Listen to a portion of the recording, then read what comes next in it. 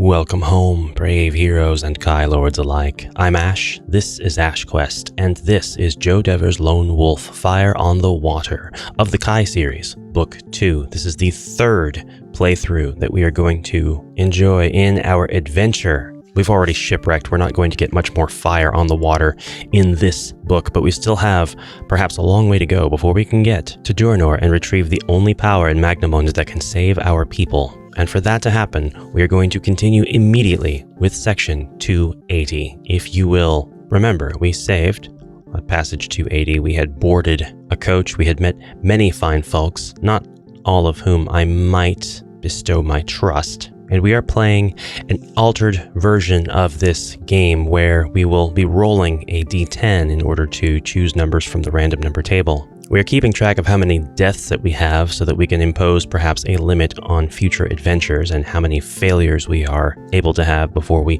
perma-die, although I don't know if I want to implement that particular mechanic. We have only died once, and anytime we die, we will start back at the last saved passage. I'm not saving every single passage, I'm not going to save scum. But every few passages, and especially after a difficult encounter, I will save the game. We only have a meal in our backpack, but we have the Kai skills of healing, hunting, the weapon skill with the Warhammer, Mind Blast, Animal Kinship, and Sixth Sense. We currently have our maximum endurance points of 26. Without further ado, passage 280. You sleep deeply without being disturbed and then rise at dawn feeling refreshed and alert. You gather your equipment and join the others as they are boarding the coach. For 2 days and nights, the coach trundles along the overland trade routes across the wildlands.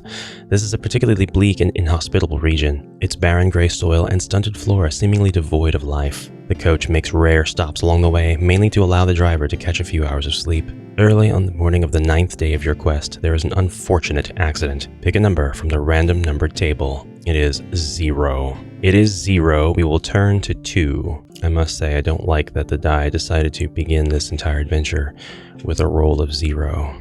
We have to go all the way back. By the way, we are in the wildlands, which encompasses this entire section all the way up to Gorn Cove and perhaps past. I believe we are making our way to Port Bax, or I think we were originally making our way there so that we could get on to land to head to Hammerdal. Holmgard can only survive for 40 days. They need Hammerdal's support in this endeavor. Here we go. You are traveling along a narrow section of coast road which follows a dizzy course beneath high overhanging cliffs. A rock fall has blocked the road ahead and you are forced to stop to clear it.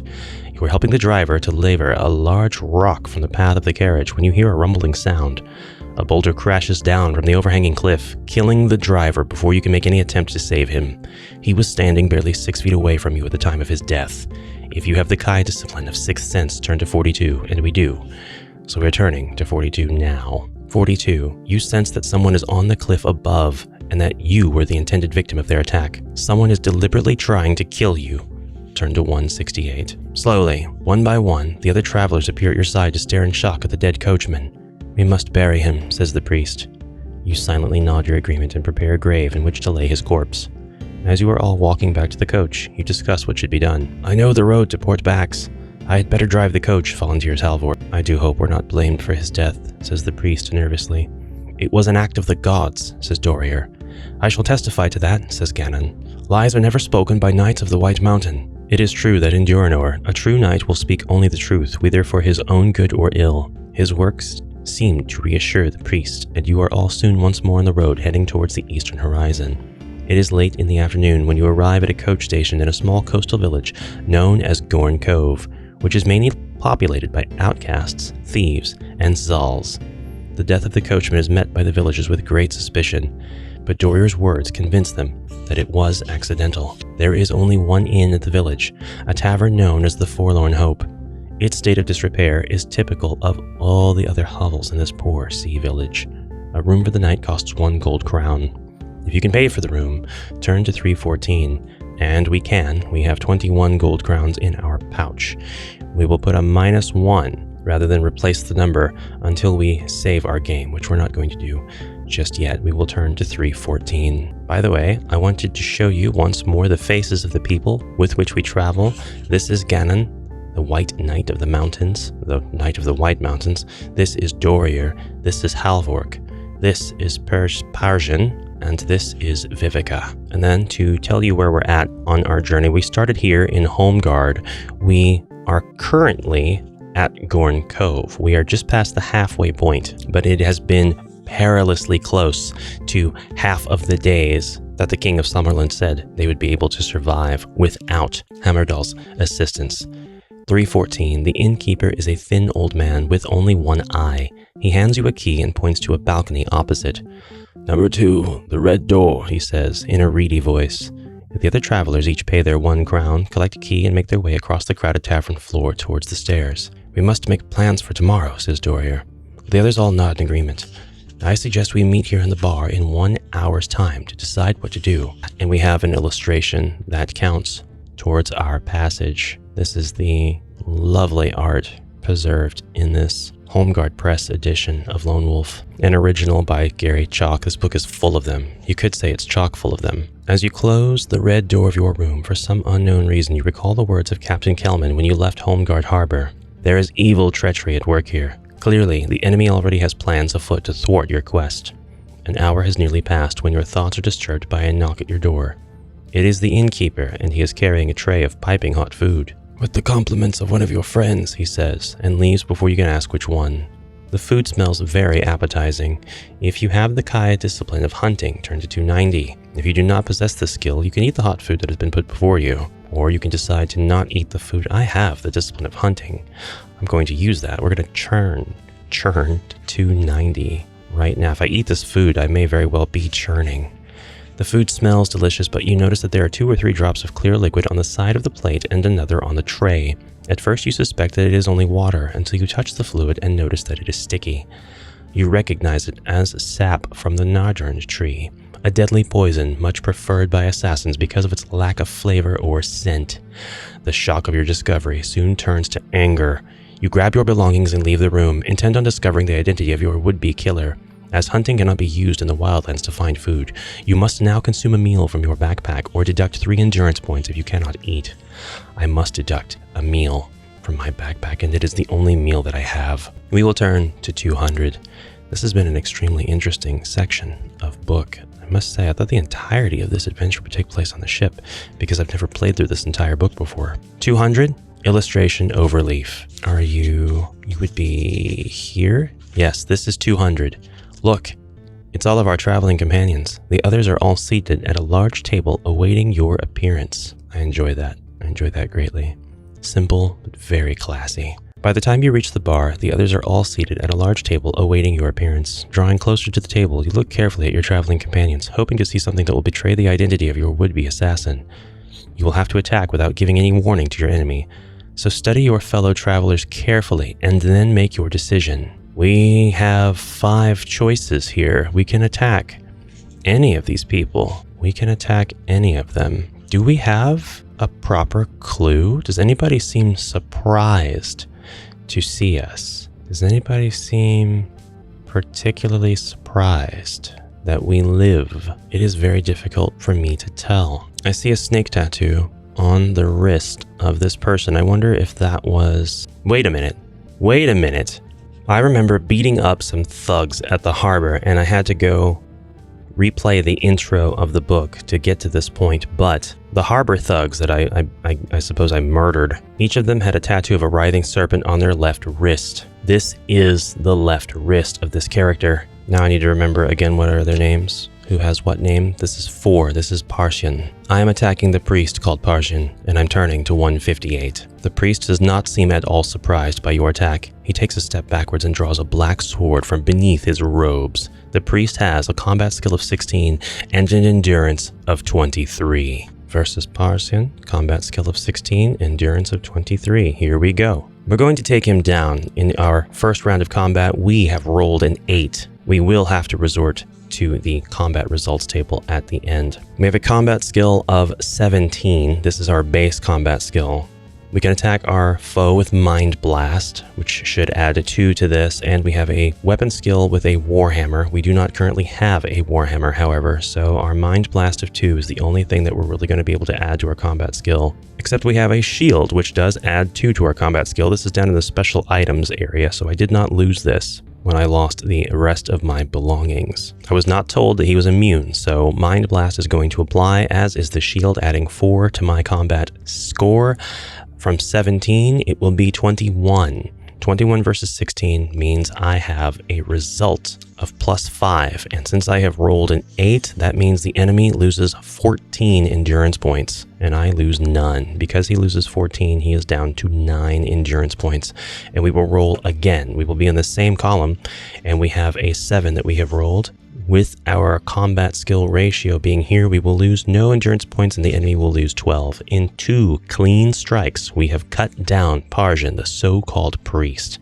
I win the combat, and I'm turning to 220. Searching the man's body in front of all of the other people with whom I've traveled over the last 9 days, you discover all you need to prove that he was the assassin. Inside his pockets, you find a half-empty vial of Narjan sap, the deadly poison that was used to taint your food. Then there is a scroll written in Jack, giving details of your expected arrival in Port Bax. He must have located you at Ragadorn and hatched his murder plans there. You notice that the weapon he carries is a Dark Lord blade, fashioned of black steel and forged in the furnaces of Helghast, the infernal city of the Dark Lords beyond the Durncrag range. Only there, and in a couple of other Darkland city fortresses in all of vast Magnamund, can black steel be wrought. But the final proof of his true identity is the serpent tattoo on his left wrist. The harbor thugs who attempted to kill you before you had even left Homeguard bore exactly the same mark.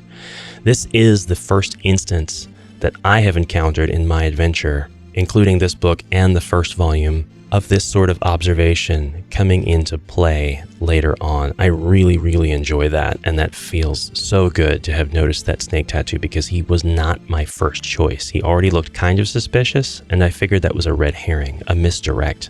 I knew that the merchant just looks hateful and mean regardless, and I didn't think that he was the suspect. I figured that he was somebody that you would be expected to choose. I don't know that the other routes necessarily would have led to immediate failure. Maybe attacking the knight would have, but you probably would have started to attack one of the people, and then the priest would have attacked you, and you would have gotten back to this battle, but you would have been at a disadvantage maybe. His purse contains 23 gold crowns, which you may keep if you wish. Remember that you may only carry a maximum of 50 gold crowns. I will take your gold crowns. I will take all of them. I have 20, and I'm going to be taking 23. So that's going to give me a total of 43 gold crowns. Very happy about this. Very happy about this gold crown taking. Also, I had a waistcoat, a chainmail that added 4 EP. I have saved my game since losing the waistcoat, so I shall erase that from my special items. Finally, I shall erase the meal, and I'm going to do this because I am saving my game here. Well, at the very next passage, which is 33. So, changing to 33. I love this book. I love this adventure. It's really cool. 33. The other travelers stare with horror and disbelief at what you have done. Before you can explain yourself, there is a loud crash at the front door is thrown open. In rush 6 armored soldiers led by the innkeeper. They are the town guard, and the furious one-eyed innkeeper is screaming at them to arrest you. You can fight them or escape by the rear door. Not really a lot of options here, but since I just saved, I guess I could fight them. I kind of feel like they're going to overwhelm me. I'm pretty strong though. I don't really want to escape. I would like to get to knock some sense into them and then explain my situation. I don't know if that's really where the narrative will go, but I think I'll start by turning to 296. And if we die, well, we die. I just saved, so... Oh yes, the people flee the tavern as the town guard commence their attack. There are 6 of them, and you must fight them one at a time. You can evade combat at any time by running out of the back door. If you kill all the town guard in individual combat, turn to 221. They're not so tough. They have combat skills of 13. I have a combat skill of 19, 20, 21. That means for the first town guard, the sergeant, oh man, I have a combat skill ratio. Yeah, we're going to go this route. I believe. I still have my saved game here. I'm going to take these guys out. The priest was much stronger. Well, he was marginally stronger. All right, so the first one has an endurance of 22, and we have a ratio of 9.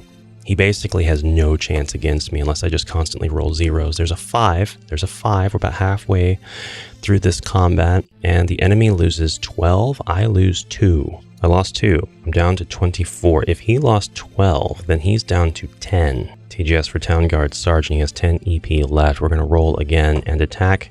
We rolled a 4, which unfortunately means we are going to be hurting a little bit more. We lose 2, he loses 11. We've taken him out. He's done.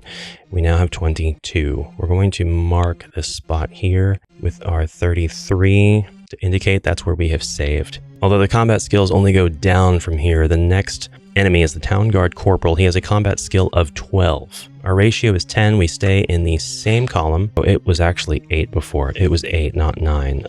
Would any of my rolls have been affected? No, but he would have lost 11 and then 10, which means he'd still be alive. So there's one more round of combat with the previous enemy. I have rolled a 3. I have to be fair. 7, 8. The enemy loses 9 and I lose 2 more. Yeah, because a combat skill of 21 versus a combat skill of 13 is not a difference of 9. It's a difference of 8. So that's on me. So we're going to be fair. I'm going to go ahead and lose those 2 endurance points. I'm down to 20. Now we advance to the corporal. Okay, we've taken down the sergeant. We're going to fight the corporal. He has a combat skill of 12. We are 21. That's a difference of 9. He has an endurance of 20. We are tied in endurance, but I have much more combat skill, so we are going to be in the next to last row on the table. And we are going to roll, and we got a 0, but on this table, that 0 actually means 10. Basically, I have killed the enemy in one shot. The corporal went down immediately. We're going next to Town Guard 1. He has a combat skill of 11 and an endurance of 19. His combat skill, it's 10. It's 10. I have a plus 10 on him, and I'm going to stay in this column for the remainder of this. Well, actually, until I get to Town Guard 3 and 4. We'll go ahead and roll, and we have rolled an 8. We have rolled an 8, and that means we have reduced the enemy by 18 endurance points. He has 19. He has 1 endurance point left. We roll again. We rolled a 2. This is terrible.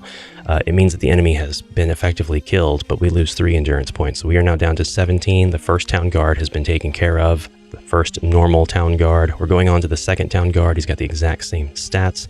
An endurance of 19. And a combat skill of 11, which means we stay in this column. We have about 10 points plus on him in combat skill. We roll, we get a 6. The 6 is here. Enemy loses 14, we lose 1. I'm down to 16 endurance points. We roll again, and I roll a 9, which means this enemy is done. We've absolutely destroyed him. We are on to the next Town Guard. And because this Town Guard has a combat skill of 10, and we are at 21 by using Mind Blast and Shield to assist our combat score of 17, bringing it up to 21, he's got 18 endurance, but we have 11 or greater in the combat table, and it's not very often that you're going to have such a disparity between combat skills that you reach this column. So I'm very excited about this, especially because this is an entire row of enemies. We rolled a 6. The enemy loses 16 endurance points. I lose 1. I'm down to 15 endurance points. The enemy is down to 2 endurance points. There is not going to be a roll where the enemy doesn't die. The next roll is a 3, a terrible roll, but the enemy dies. I lose 2 endurance points. I'm down to 13, and we are at now the final Town Guard, who has a combat skill of 10 and an endurance of 17. We roll a 2, which is absolutely terrible. It's abysmal. The enemy loses 10 endurance points. I lose 2. I'm down to 11. The enemy is down to 7. We roll one more time, and that's a 0. It's a total KO for this last Town Guard. I've killed it. I've killed him. I've killed all 6 of the Town Guards. I feel absolutely terrible about this turn of events. But it's time to turn to 221 and see what happens because I did this. The floor of the tavern is covered with the blood and the bodies of the people you have killed. Outside in the main street, you can hear the chant of a mob. It is growing louder. The local inhabitants believe that you are a mad murderer and they intend to capture you and lynch you without trial. Quickly, you make your escape through the rear door as the leaders of the mob enter the tavern's front door. To continue, turn to 88. Absolutely nothing was gained from this foolish decision to attack and kill all of the members of the Town Guard. I lost 15 endurance points, although I'm going to get an extra endurance point because we just passed through a peaceful section and I have the Kai Discipline of Healing. I don't like that, but that's fine. Although night has fallen, a full moon casts its ashen light upon the village. Behind the tavern, you see a small wheelwright's shop. Outside the shop are 2 horses hitched to a hay cart. If you have the high discipline of camouflage, which I don't, turn to 179. If you wish to take a horse and escape, turn to 150. If you wish to hide in the real rights shop, turn to 71. Let's do that. Let's go ahead and just turn to 71. 71, the illustration on the opposite page, does not apply to this. You slam the door shut and draw the bolt across. The shop is dark, but you can still make out a staircase to your right, a trap door in the center of the floor, and another door set into the opposite wall. There is a sudden tearing crack as an axe splinters a panel of the door behind you. You have been spotted entering the shop, and the mob is now attempting to break down the door you have bolted shut. You could decide to open the trapdoor and hide in the cellar. You could leave the room by way of its other door, or you could decide to run up the stairs. I'm not going to run up the stairs. I'm not going to do the horror movie trope. Although I think that opening the trapdoor and hiding in the cellar is going to be the same result, just in the opposite direction. So I'm going to leave the room by way of its other door, turn it to 54, really hope that nobody's out there on the other side waiting for me. As you race through the door, you are knocked off your feet by the force of a spear thrust into your chest. The sharp pain quickly fades, but it is replaced by an all-consuming darkness from which you will never emerge. The last thing you see of this world is a circle of screaming villagers as they close in around your helpless body and attack you without mercy. Tragically, your life and your quest end here. Well, that is fantastic. Absolutely love that for myself. We're going back to 33, which is our saved game. We're going to draw another skull. There are 2 skulls down here now. And yeah, bit Beetlejuice looking, aren't they? And this time, we're not going to fight the town guard. That's not going to be a thing that happens. Fighting the town guard was a calculated risk, but man, am I bad at math. We are going to have our 26 endurance points. I was actually kind of hoping that this sort of tragedy would occur so that I'd be able to start over. There's just no reason for all that senseless violence, and now I don't have the deaths of all those guards on my conscience. Okay, no other changes need to take place here. I took the gold off of the fake priest's body, and we are going back to 33. The other travelers stare with horror and disbelief at what you have done. Just killed that priest. I'm going to escape by the rear door. I'm going straight to 88 this time. And this time, I would like to take a horse and escape. I'm going to turn to 150. I'm going to hope that that doesn't end up in some tragic, absolute failure. It doesn't. You spur the horse along the twisted village street, across a wooden bridge, and up a steeply winding path towards the crest of the cove. You may wish to make a note that you have visited Gorn Cove for future reference. I see. I wish to make a note that I have visited Dorn Cove.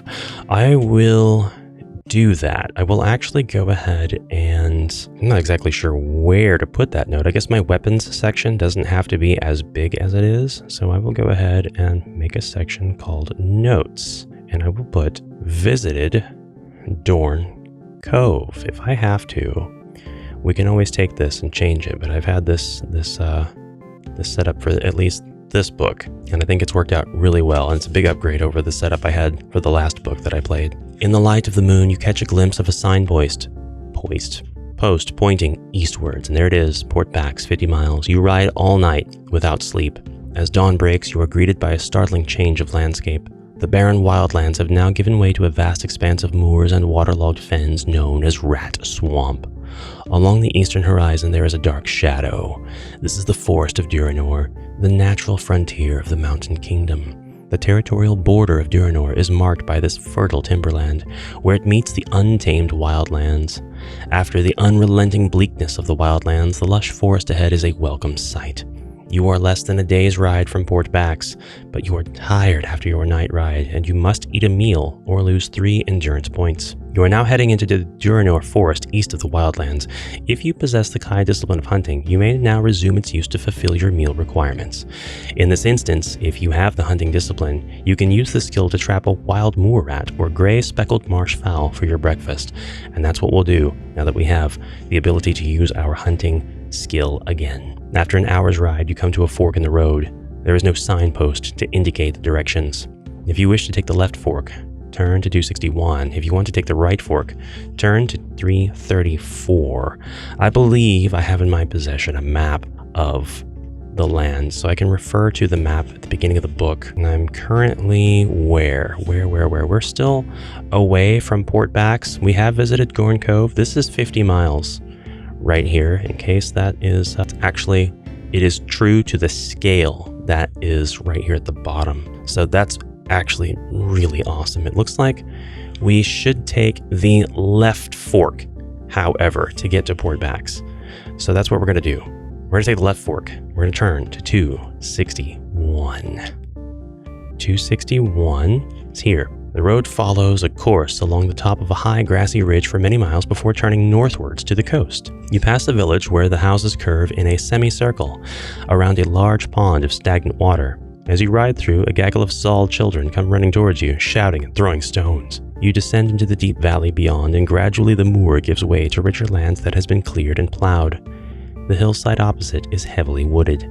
You are not far from the coast, and you can smell the sea air and see the tall cliffs with their multicolored bands of rock jutting out into the foam-flecked ocean. You are passing through a small copse when you hear desperate cries for help. If you wish to aid the people who sound as if they are in trouble, turn to 95. If you choose to ignore their desperate pleas, you can continue riding along the coast road. I can't ignore these people. I'm going to turn to 95. Although it is strange that I would be hearing this as I'm passing through. I'm pretty confident in my combat ability at this point, so 95 it is. Here we go. You spur your horse through the tangle of trees until you arrive at a small clearing. 6 Zals are jumping excitedly up and down around the body of a man who was writhing in agony on the ground.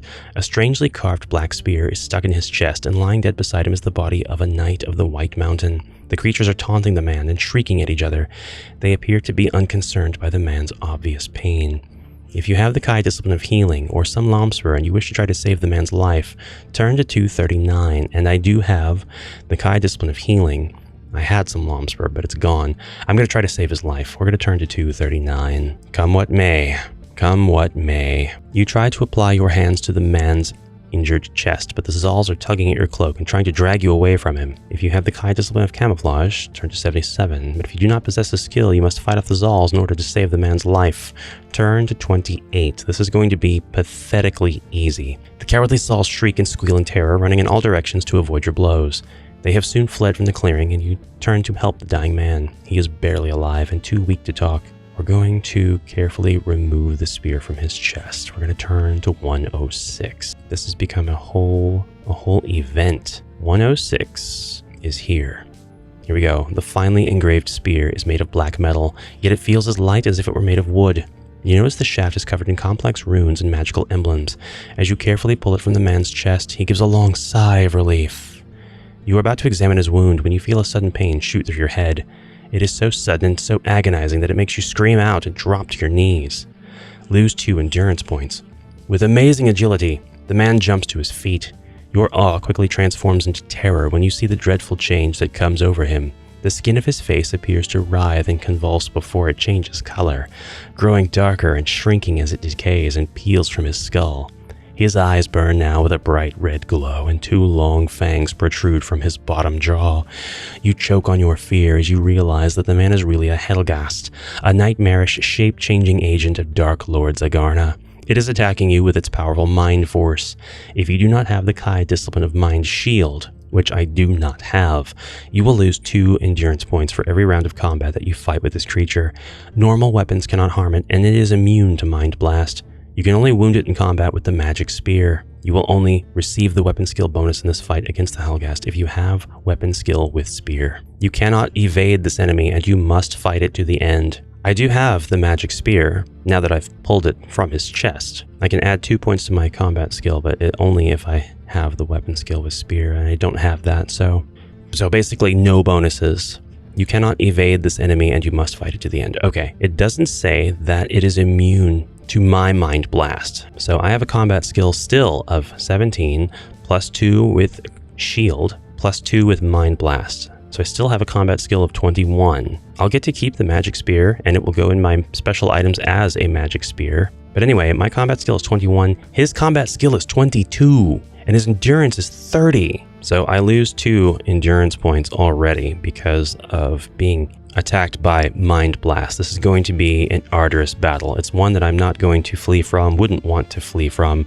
I'm going to absolutely try to decimate this character, and our combat ratio is actually going to be -1 because I have one less combat score than does the Helghast. So this is the column on which we are rolling every single turn, and I'm going to lose 2 endurance points every single turn because I can't block the Mind Blast. That really sucks. So hopefully we roll high, and we did roll high for the very first roll. The Helghast is going to lose 11 endurance points. I'm going to lose none except for the 2. So there's my 2. And then the Helghast, instead of having, what was it, 30? Yes, you now have 19. So we will continue on with this. And the next roll, it's a 3. Absolutely abysmal, terrible roll. Here it is. We both lose 4, but I'm going to lose an additional 2. So that brings me down to 16, and he is down to 15.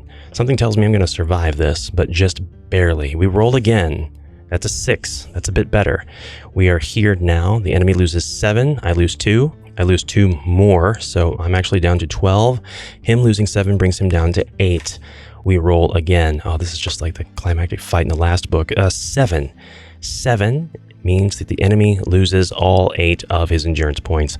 I'm going to lose 2, and I am going to go ahead and apply that 2, as well as the additional 2, because I fully believe these are supposed to be applied at the same time. But I have killed the Helghast, and I can now turn to 320. Wow. What a fight. That was three rounds of combat, but still very stressful. I'm going to go ahead and write Magic Spear. I like that it is a special item. We are now turning to 320. You search in his pack and are horrified to find that it contains a scroll of human skin upon which a message has been written in a strange runic script. The only word that you can make out is Kai. You also find an evil-looking dagger with a black blade and a fissured block of cold obsidian. If you possess a crystal star pendant, which I do not, you suspect this damaged block was a sorcerer's item which may have temporarily disrupted the pendant's power. These items bear the hallmarks of the Dark Lord's craft. You sense that something is very wrong here. You drop the pack as quickly as if it were red hot, and return to mount your horse. To your dismay, you find it is no longer there. The loathsome Sauls have stolen it. Wearily, you realize that you will now have to continue your long journey on foot. Turn to 138. That was a section without combat, so I'm going to increase my endurance points to 9, making use of my healing ability.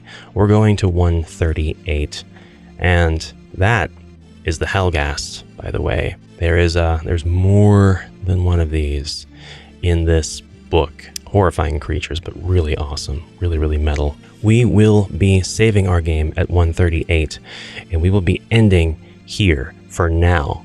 Brave adventurers, brave Kai Lords, thank you very much for joining me on this leg of the Fire on the Water adventure. It took me 5 episodes of about this length to get to the previous book, through the previous book rather.